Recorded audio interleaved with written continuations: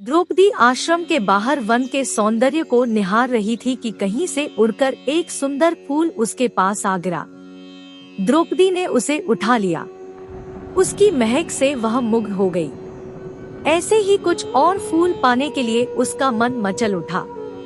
उसने भीम से वैसे ही फूल लाने के लिए कहा। भीम द्रौपदी की इच्छा पूरी करने के लिए उसी ओर चल दिए जिधर से सुगंध आ रही थी। चलते चलते भीम एक पर्वत की घाटी में जा पहुँचे। वहाँ केले के पेड़ों का एक विशाल बगीचा था। उस बगीचे के बीच मार्ग में एक लाल मुंह का बूढ़ा बंदर लेटा हुआ था। उसे देखकर भीमसेन ने आवाज देकर उसे रास्ते से हट जाने के लिए कहा। उस बंदर ने धीरे से अपनी आंखें खोली और बोला, भाई, मैं बूढ़ा और अशक्त हूँ।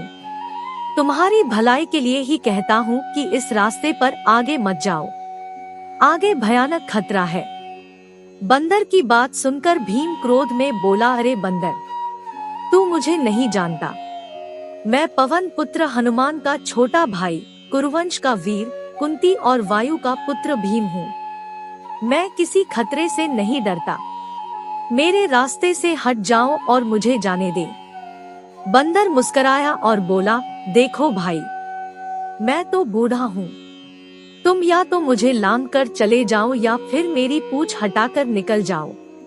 मेरा काम तुम्हें समझाना था। आगे तुम्हारी इच्छा। बंदर की बात सुनकर भीम को हंसी आ गई। वह बोला, किसी पशु को लांघना शास्त्रों में अनुचित कहा गया है। मैं तुम्हारी पूंछ हटाए देता हूँ। यह कहकर भीम बंदर की पूंछ हटाने के लिए नीचे झुका, किंतु वह यह देखकर हैरान रह गया कि पूंछ को हटाना तो दूर, वह उसे हिला भी नहीं सका। उसने बार बार जोर लगाया और पसीने पसीने हो गया। भीम बड़ा लज्जित हुआ। उसने सोचा, यह कोई सिद्ध, गंधर्व या देवता है। भीम ने नम्रता से कहा, हे देव, मुझे क्षमा करें। आपने मेरा घमंड चूर चूर कर दिया। मैं आपकी शरण में हूँ। आप अपना परिचय देकर मुझे कृतार्थ करें। तब उस बंदर ने कहा, हे पांडुवीर, मैं संपूर्ण विश्व के प्राणाधार वायुदेव का पुत्र हूँ। हनुमान मेरा नाम है। यह रास्ता देवलोक को जाता है। इस पर अनेक विपदाएं हैं, इसीलिए मैंने तुम्हें रोका। तुम जिस सुगंधित पुष्प की तलाश में यहाँ आए हो, वे उस सामने वाले जलाशय के आसपास के उपवन में लहलहा रहे हैं। जाओ, जितने चाहो पुष्प ले लो। भीम हनुमान के चरणों में गिरकर बोले, हे तात, आज मुझसे भारी भूल हो गई जो मैं आपको नहीं पहचान सका।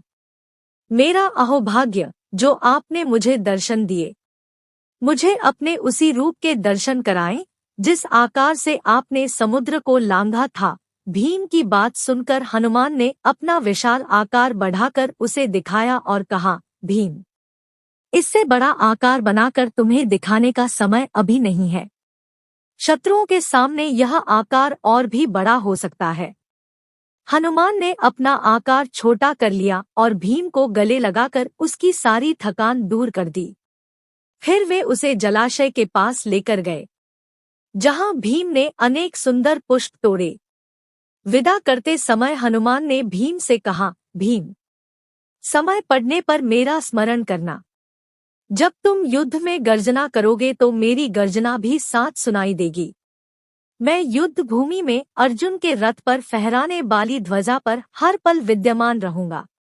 मेरी गर्जना से शत्रु के दिल दहल जाएंगे। महावीर हनुमान के चरण स्पर्श करके भीम लौट आया। वह बहुत प्रसन्न था। अगर आप हनुमान जी के सच्चे भक्त थे तो चैनल को सब्सक्राइब करें और कमेंट में जय हनुमान जरूर लिखें।